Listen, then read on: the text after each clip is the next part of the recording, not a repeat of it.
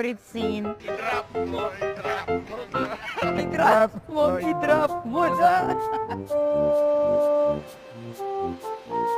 Gusto kita dyan. Thank you.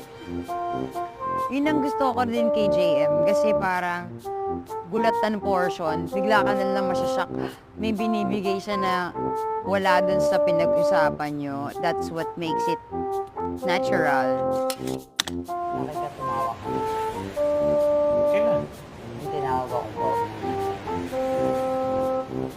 Bakit mo ba ako pinagmumukhang mali kahit wala akong ginagawang masama? Naman eh. In fairness, Alessandra, ang galing-galing mo. Kahit wala kang sinasabi, tahimik mo lang. Ang lakas ng impact.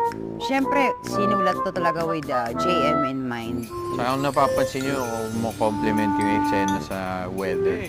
Palakas ng palakas yung ulan, palakas din ang palakas yung boses natin.